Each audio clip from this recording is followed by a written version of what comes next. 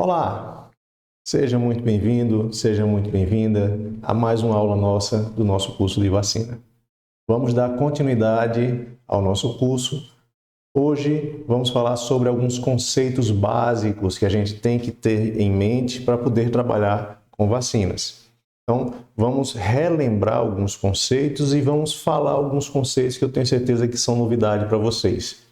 Esses conceitos, pessoal, vão ser fundamentais para nós entendermos, quando nós estivermos falando de vacina, alguns processos, algumas características das vacinas, algumas características da administração. Então, isso vai ser fundamental. Por isso que esses conceitos têm que estar bem guardadinhos aí na mente de vocês. Tá bom? Então, vamos lá, vamos a eles.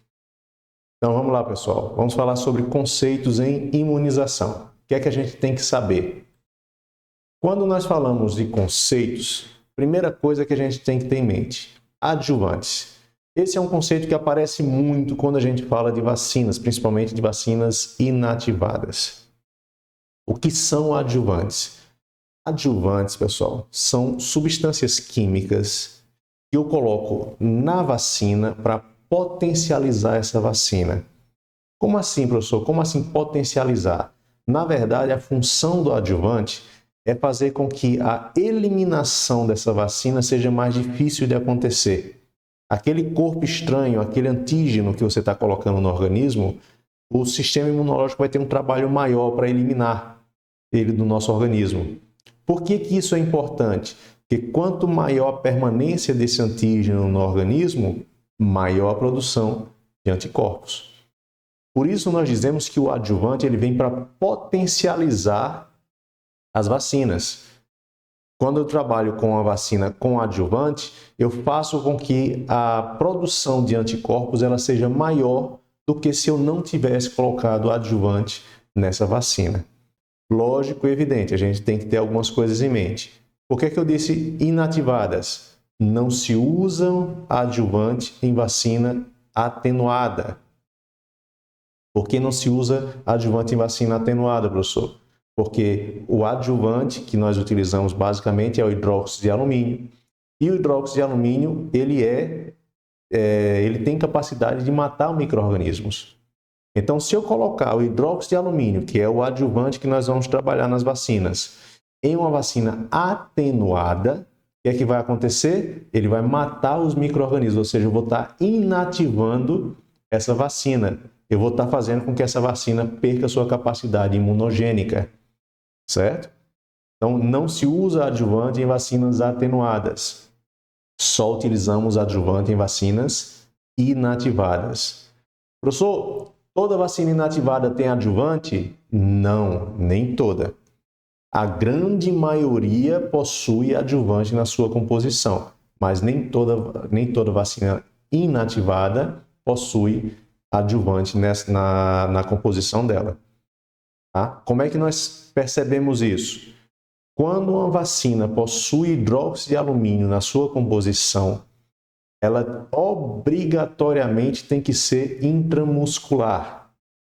Ela não pode ser feita por via subcutânea. Por quê? Porque o hidróxido de alumínio é cáustico ao tecido subcutâneo.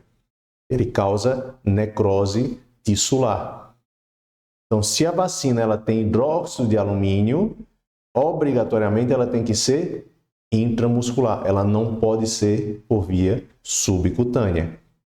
Tá? Então, isso é uma característica interessante, porque a grande maioria das vacinas inativadas é intramuscular. Por quê? Porque possui hidróxido de alumínio na sua composição.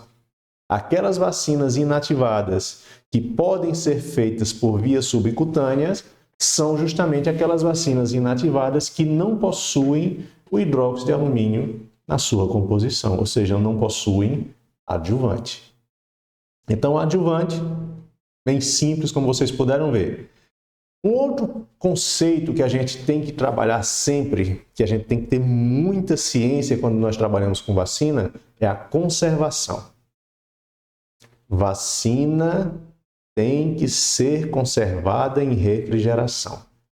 Não existem vacinas que você pode conservar fora de refrigeração. Toda ela tem que ser conservada em refrigeração. Tá? Por que que eu estou dizendo isso?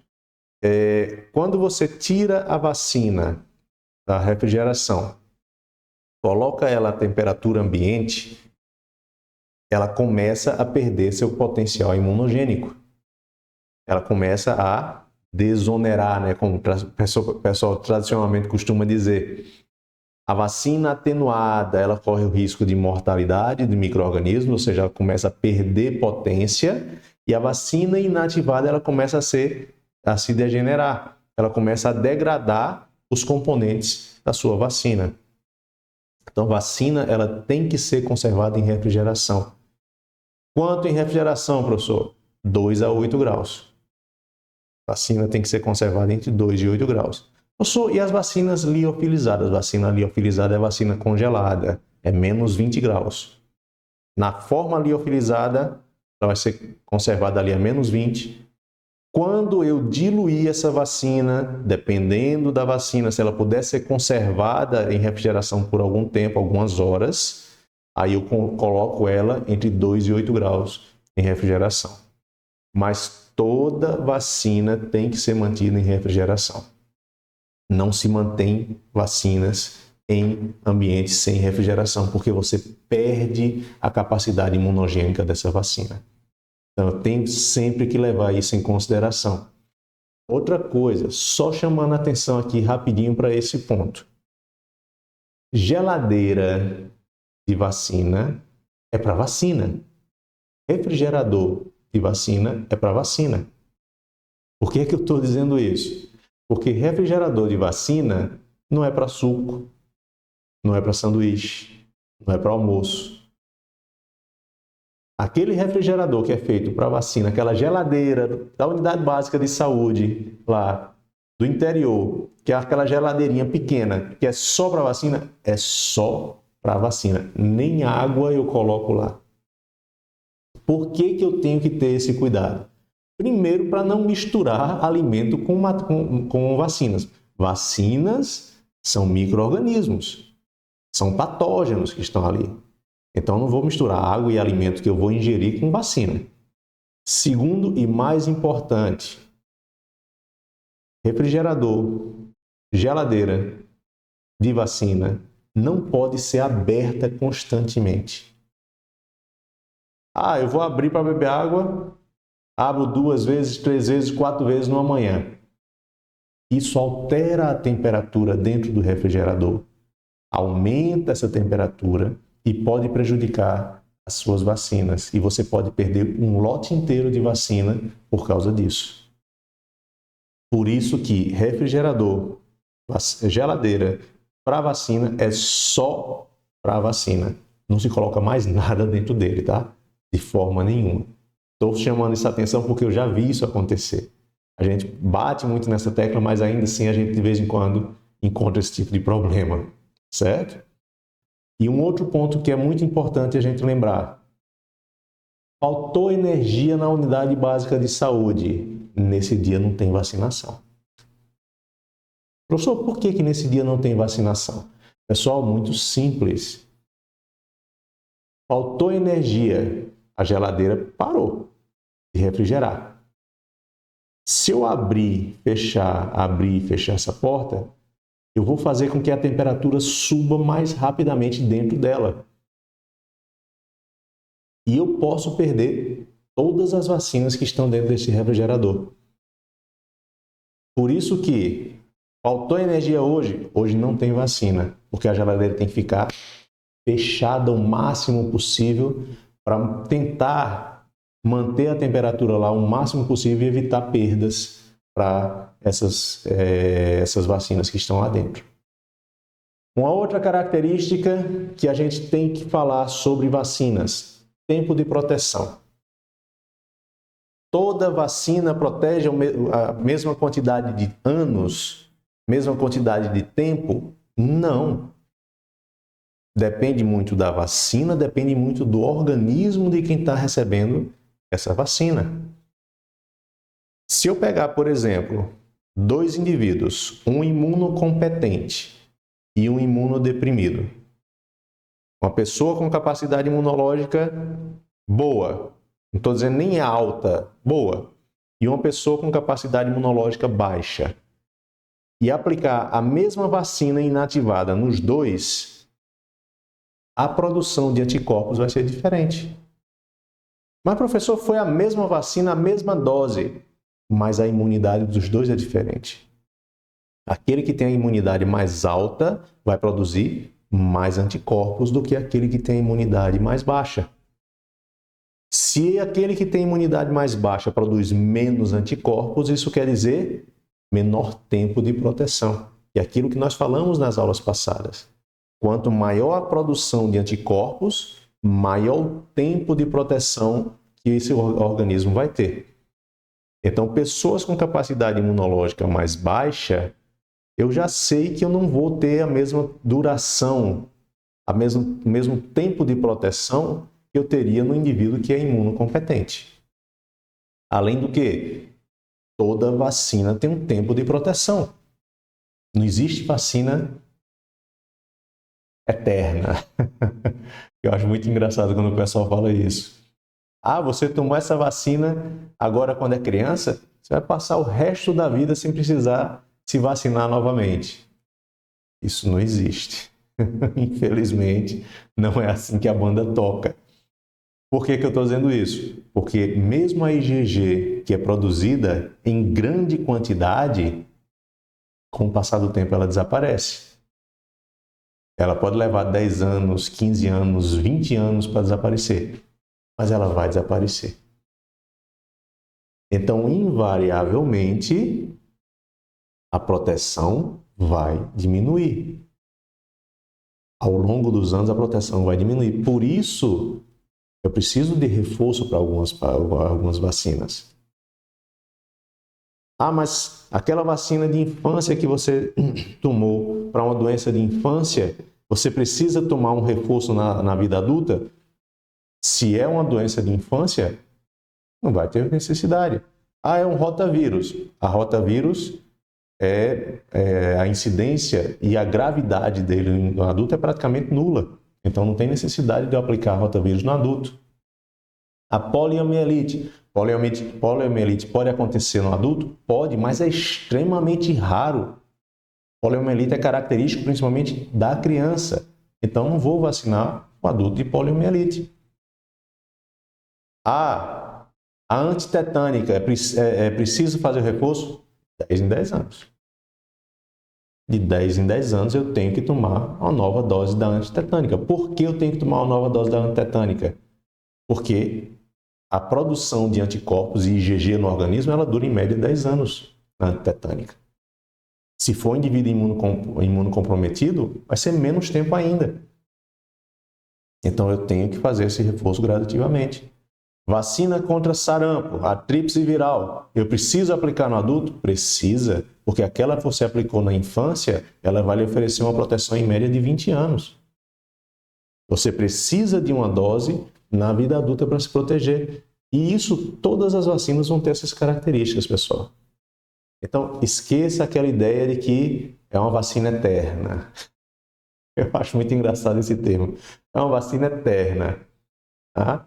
Por quê? Porque você tomou agora, você não precisa mais se preocupar com ela pelo resto da sua vida. Depende, se você for viver 10 anos, talvez não precise realmente. Mas se você planeja viver os próximos 90, é bom se preocupar em fazer um reforçozinho dessas vacinas. Uma outra característica que nós temos que falar quando a gente fala de vacina é a homogeneização.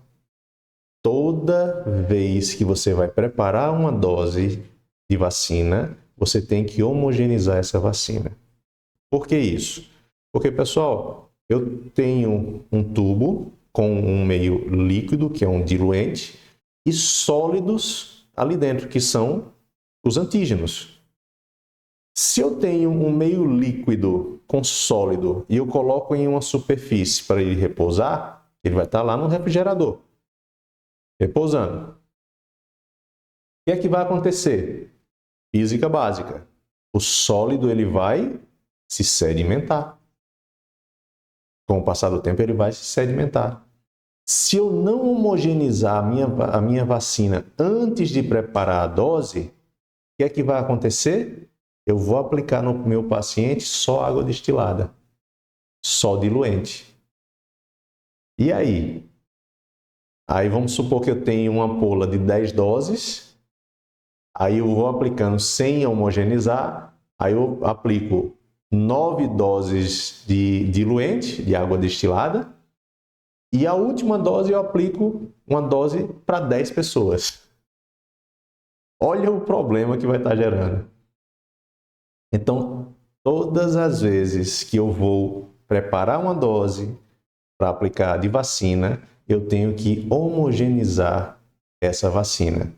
Professor, eu acabei de preparar uma dose de vacina, apliquei, chegou outra pessoa, vou preparar outra dose. Eu tenho que homogeneizar novamente? Tem, porque aquele tempinho que você deixou ali, ele já começou a sedimentar. Então, sempre, obrigatoriamente, antes de preparar a dose, você tem que homogeneizar aquela ampola que você está utilizando. Como eu vou homogeneizar? Pelo amor de Deus, nunca sacuda. Não faça isso não. Vacina, nós homogeneizamos de forma lenta e movimentos circulares. Por que que nós homogeneizamos de forma lenta em movimentos circulares? Para não desagregar os antígenos que estão ali dentro. Se eu agitar, por exemplo, se for uma vacina atenuada, a agitação vai matar o micro-organismo vivo que está dentro dessa vacina e ela vai perder o potencial imunogênico. Se for uma vacina inativada, essa agitação vai degradar os antígenos que estão ali. O micro-organismo morto, a toxina que está ali, ela vai ser degradada, vai perder potencial de imunogenização. Então, sempre que a gente fala de homogeneização, ela tem que ser feita em movimentos circulares e lentamente, justamente para não perder o potencial imunogênico dessas vacinas. Um outro conceito que a gente escuta muito falar, e agora na pandemia nós escutamos muito falar sobre isso, é o intercâmbio entre vacinas.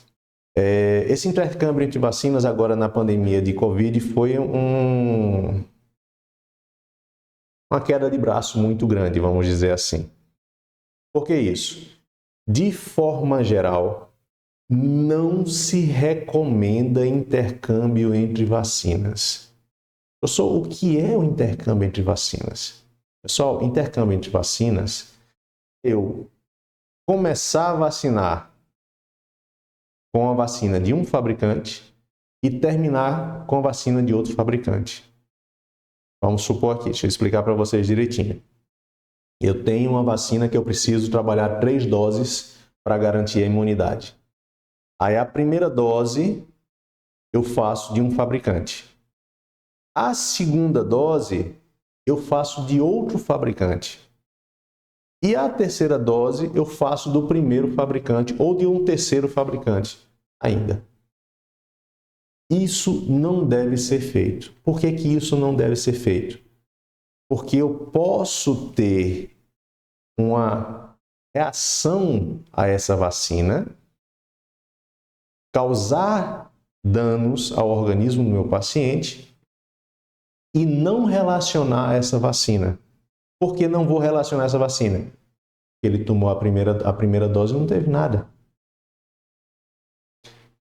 Poxa, professor, mas independentemente do fabricante, não é a mesma vacina? Por exemplo, se for influenza, né? Influenza de um fabricante para o outro, não é sempre influenza? É sempre influenza. Só que os componentes da vacina variam de fabricante a fabricante. Eu posso ter diluentes diferentes, conservantes, adjuvantes. Eu posso ter a composição completamente diferente, só o antígeno que é o mesmo. Mas eu posso ter a composição completamente diferente de um fabricante para o outro. Eu posso, inclusive, como é o caso da vacina da Covid, eu ter uma vacina inativada, uma vacina atenuada. Quer dizer, apesar de as duas imunizarem a mesma doença, São vacinas completamente diferentes. Então, esse intercâmbio entre vacinas é um intercâmbio, é uma forma de vacinação muito perigosa, porque você pode gerar problemas para o seu paciente. Por isso que o intercâmbio de vacinas, ele sempre foi proibitivo. Nunca foi recomendado fazer intercâmbio de vacinas. Por que é que eu disse que agora na pandemia teve uma encrenca, uma queda de braço com relação a isso? Porque durante a pandemia da Covid, o intercâmbio de vacinas foi recomendado. Mas por que que o intercâmbio de vacinas na Covid, na pandemia da Covid, ela foi recomendado? Por quê? Primeiro, faltaram vacinas. Então, o indivíduo começou a se vacinar com a Coronavac. Quando ele foi tomar a segunda dose, não tinha mais Coronavac. Só tinha AstraZeneca. Ele ia deixar de ser vacinado por causa disso? Não. Então ele tomou uma segunda dose diferente, de um fabricante diferente da primeira, com uma composição completamente diferente da primeira. Isso foi certo? Não, tanto é que nós tivemos um número de casos de efeitos colaterais absurdo nessas vacinas. Tá? Dos mais variados, de uma cefaleia leve até a morte. Então fica complicado de você identificar a causa real do problema se você tem esse intercâmbio entre vacinas. Mas no caso da pandemia, isso teve que ser feito por quê? Pela falta de vacina, pela falta de acesso, pela necessidade de vacinar um número muito grande da população em um curto espaço de tempo. Então isso fez com que esse intercâmbio de vacina ele pudesse ser realizado agora durante a pandemia. Mas, de forma geral, o intercâmbio entre vacinas ele não é recomendado, ele é proibitivo. Então, é sempre bom a gente lembrar sobre isso aí. Se eu for fazer o intercâmbio entre vacinas, eu tenho que ficar ligado, porque se tiver algum problema, eu posso não identificar esse problema como da vacina por causa da vacinação que já foi feita. Certo? Então, fiquem bem ligados nisso aí. Uma outra coisa que a gente sempre fala quando a gente fala dos conceitos é ações adversas, eventos adversos. Tá? O que são reações adversas? Pessoal, reações adversas são o que nós chamamos de efeitos colaterais. São reações que nós sabemos que a vacina pode causar. Por exemplo, toda vacina vai causar febre. Ah, professor, mas eu tomei vacina e não tive febre. Você pode não ter percebido, mas a sua temperatura corporal subiu. Você teve uma pequena hipertermia, uma elevação da temperatura corporal. Por que é que eu digo isso? Porque um dos principais mecanismos da inflamação é a febre. A febre ela é uma resposta imunológica. O nosso hipotálamo, quando existe alguma coisa errada, a primeira providência dele é fazer com que a temperatura corporal suba. Por que que eu tenho que subir a temperatura corporal? Porque durante o processo febril, a produção de células de defesa aumenta, a produção de anticorpos aumenta, o deslocamento das células de defesa aumenta de velocidade, o processo de fagocitose das células de defesa é mais eficiente. Então, o processo febril ele é extremamente benéfico para a nossa imunidade. E é o primeiro passo do processo inflamatório. Sempre que você tem um processo inflamatório, vai ter febre.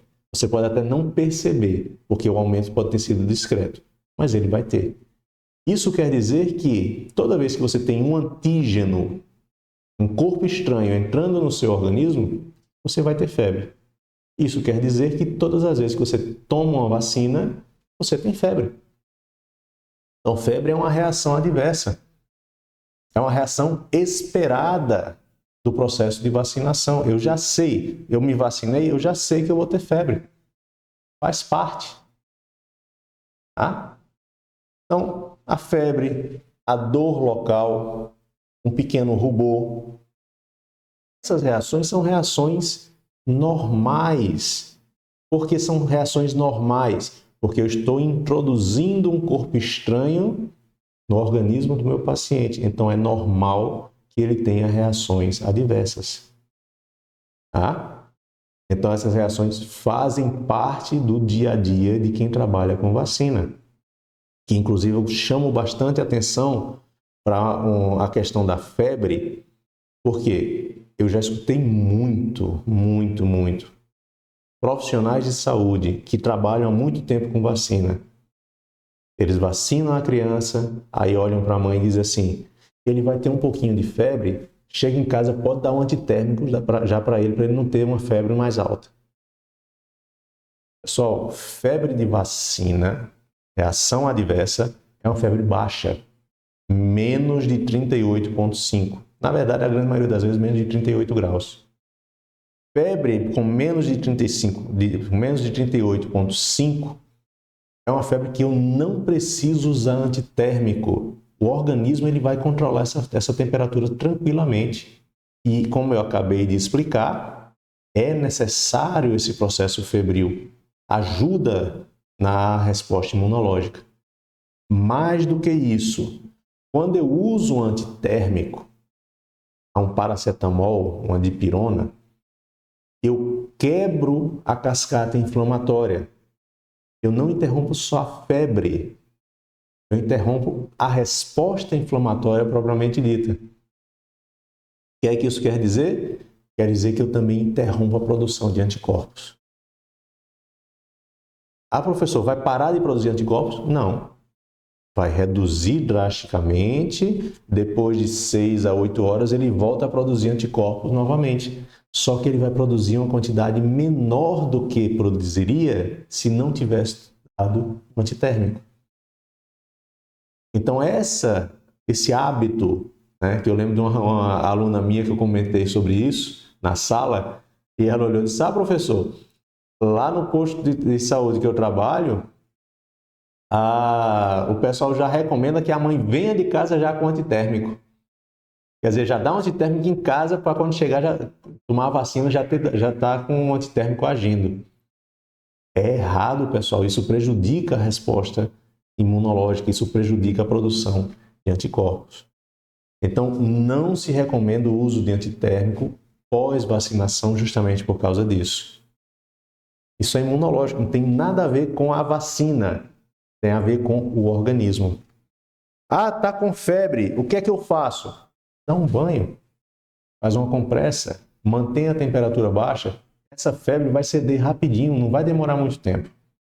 Então não tem realmente necessidade de entrar com antitérmico nesse aspecto, porque é uma reação adversa, é uma reação esperada e é transitória. É diferente do evento adverso. O evento adverso, não. Aí eu tenho realmente um problema maior. Por quê? O evento adverso, ele é uma característica não esperada da vacina. É uma reação mais forte, mais agressiva, mais prejudicial. Então, esse evento adverso é uma coisa que não deveria acontecer. Tá? Não deveria acontecer. Por exemplo, paciente ter febre de 39, 40 graus. Isso é um evento adverso. Febre de vacina é 38 graus, no máximo 38,5. Geralmente 37,7, 38 graus é a febre que nós vamos ter pós-vacinação. O paciente teve uma cefaleia intensa, uma dor de cabeça intensa que ele não conseguia levantar da cama. É um evento adverso. O paciente teve dores musculares intensas que ficou incapacitado por 2 dias. É um evento adverso. O paciente apresentou a formação de trombos, como nós tivemos agora durante a pandemia, vacinas que ocasionaram isso, como é o caso da Janssen. Isso é um evento adverso. O paciente tomou a vacina e foi a óbito. Não precisa dizer que é um evento adverso, né? Então, evento adverso, pessoal, é toda aquela reação pós-vacinal que não deveria acontecer. Não deveria acontecer, mas aconteceu. Evento adverso, ele é de notificação compulsória. O que é que isso quer dizer? Se eu estou na minha unidade básica, se eu estou vacinando, eu recebi um paciente, vacinei e ele apresentou um evento adverso, eu tenho que notificar a Secretaria de Saúde para que a Secretaria de Saúde notifique o Ministério da Saúde para que seja investigado a causa daquele evento adverso. Se foi a vacina, se foi o lote de vacina que estava com problema ou se foi do paciente. Sendo muito sincero com vocês, a grande maioria, vamos excluir a vacina da Covid, tá? A vacina da Covid é um caso à parte. Porque na vacina da Covid nós tivemos inúmeras vacinas aí que não foram devidamente testadas e que nós é que sofremos por causa disso. Eu, particularmente, tomei a AstraZeneca e foi uma noite do cão, como diz a história. Minha esposa também foi muito problemática, ela passou 3 dias arriada. Teve pacientes que tiveram problemas muito mais sérios. Então, a vacina da Covid é um caso à parte. De forma geral, todas as vacinas, excetuando-se a vacina da Covid, nós temos em que realidade? As vacinas, de forma geral, são extremamente seguras. Muito raramente elas causam evento adverso.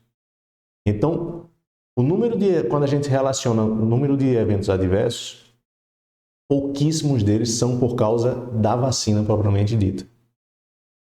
Uma boa parte dos eventos adversos são ocasionados pelo organismo de quem está tomando, ou seja, pela pessoa que tomou a vacina.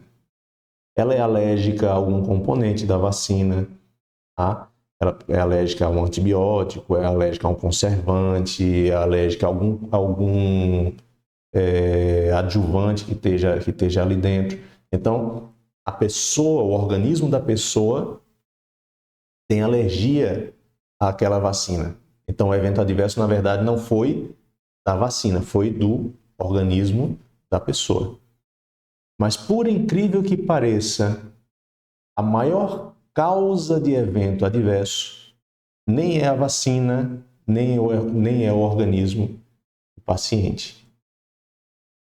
É a mão de quem aplica. Pode até parecer brincadeira uma coisa dessa, mas é a mais pura verdade. A grande maioria dos eventos adversos, isso é registrado, tá, pessoal, em pesquisas e mais pesquisas, isso ao longo de muitos anos, e é sempre a mesma coisa. A grande maioria dos casos de evento adverso foi a mão de quem aplicou. É aquele paciente, aquele profissional que pegou uma vacina com hidróxido de alumínio na composição que deveria ser intramuscular e ele faz subcutâneo. É aquele profissional que pegou aquela vacina que deveria ser intradérmica e faz por via subcutânea. Então, a mão de quem está fazendo a administração é uma das principais causas de evento adverso quando a gente fala de vacina. Isso serve de alerta para vocês. Prestem bastante atenção no que vocês vão fazer antes de fazer. Certo? E, lógico, evidente, nós não podemos deixar de falar de vacinação concomitante. Tá? Esse é um conceito que é muito trabalhado de forma geral nas unidades básicas de saúde, em todo mundo que trabalha com vacina, seja clínica particular, seja clínica pública, trabalha com vacinação concomitante. O que é uma vacinação concomitante? Eu trabalhar mais de uma vacina no mesmo momento. Eu vou trabalhar uma vacina no deltoide, uma vacina no baixo lateral da coxa. Eu vou trabalhar uma vacina no deltoide direito e uma vacina no deltoide esquerdo. Eu vou trabalhar uma vacina no deltoide direito, uma vacina no deltoide esquerdo e uma no baixo lateral da coxa. Eu vou trabalhar uma no deltoide direito e uma vacina oral nesse paciente. Então, quando eu trabalho mais de uma vacina no mesmo momento, certo? Naquele mesmo momento, nós dizemos que é uma vacinação concomitante. Eu trabalhar mais de uma vacina ao mesmo momento naqueles pacientes, certo? Professor, quer dizer que eu posso trabalhar várias vacinas ao mesmo tempo? Pode, com algumas limitações, lógico e evidente. Primeira delas, nunca no mesmo sítio. Se eu fiz uma vacina no deltóide direito, a outra eu vou fazer no esquerdo, ou no vasto lateral da coxa, ou oral. Eu nunca vou fazer as duas no mesmo braço, no mesmo deltóide. Por que eu não faço as duas no mesmo deltóide? Porque elas podem interagir. Uma pode neutralizar a outra, uma pode prejudicar a produção de anticorpos da outra. Então, a vacinação concomitante ela pode ser feita desde que seja em sítios diferentes. Nunca no mesmo sítio. Fez no braço direito, a outra você faz no braço esquerdo. Fez no braço esquerdo, faz na boca. Ah, vou fazer a influenza, vou fazer a tríplice viral. Vou fazer a BCG e vou fazer a poliomielite. Então, eu posso trabalhar várias vacinas no mesmo momento, desde que seja em sítios diferentes. Segunda limitação, essa aqui eu trago para vocês, não referente à vacinação, mas à capacidade imunológica do indivíduo. Vamos supor que esse indivíduo que você está vacinando, ele é imunocompetente, a capacidade imunológica dele está boa. Aí eu vou vacinar no braço direito, no braço esquerdo, no vasto lateral da coxa e na boca. São 4 vacinas diferentes no mesmo momento. Posso trabalhar assim, professor? Sabe aquela história, poder pode, só não deve? Pessoal, raciocinem comigo o seguinte. Eu apliquei uma vacina. Eu apliquei a influenza. Meu sistema imunológico vai se concentrar todo nessa vacina que eu apliquei para produzir anticorpos. Ah, eu apliquei a influenza e a tríplice viral. Então, meu sistema imunológico já vai se dividir. Ele vai se concentrar na influenza e na tríplice viral. Eu apliquei influenza, tríplice viral e poliomielite. Meu sistema imunológico já não vai se dividir em 2, vai se dividir em 3. Quer dizer, quanto mais vacinas, mais meu sistema imunológico vai se dividir. Vai dividir a sua atenção. E isso acaba prejudicando um ou outro. Ele acaba se concentrando mais em uma vacina ou outra. Isso acaba levando a alguma vacina a ser prejudicada, produzir menos anticorpos. Eu sei que, por regra geral, por que se faz muitas vacinas? Porque geralmente a mãe que você vacinou aquela criança hoje, ela não vai voltar daqui a 15 dias para vacinar de novo. Ela não quer voltar nem daqui a 60. Então o pessoal já faz tocha o pé, como diz a história, e faz a maior quantidade de vacina que pode. Eu entendo isso, mas imunologicamente falando, é prejudicial. O indivíduo ele não vai ter condição realmente de desenvolver todo o seu potencial imunogênico se você trabalhar com um número muito grande de vacinas. Então, o ideal é que eu trabalhe até 3 vacinas diferentes no mesmo dia. O ideal, se forem 2 é melhor, mas até 3, nosso sistema imunológico ainda consegue trabalhar bem. Mais do que isso, 4, 5, como eu já vi fazendo, faça isso não. Só vai sobrecarregar o sistema imunológico dessa criança ou desse adulto, do idoso, e você pode até prejudicar a capacidade dele de gerar anticorpos no organismo. Certo? Bom, pessoal, por hoje a gente encerra. Obrigado pela companhia de vocês. Próxima aula Espero vocês aqui para a gente dar continuidade ao nosso curso. Tudo bom? Beijo grande, fiquem com Deus. Até a próxima aula.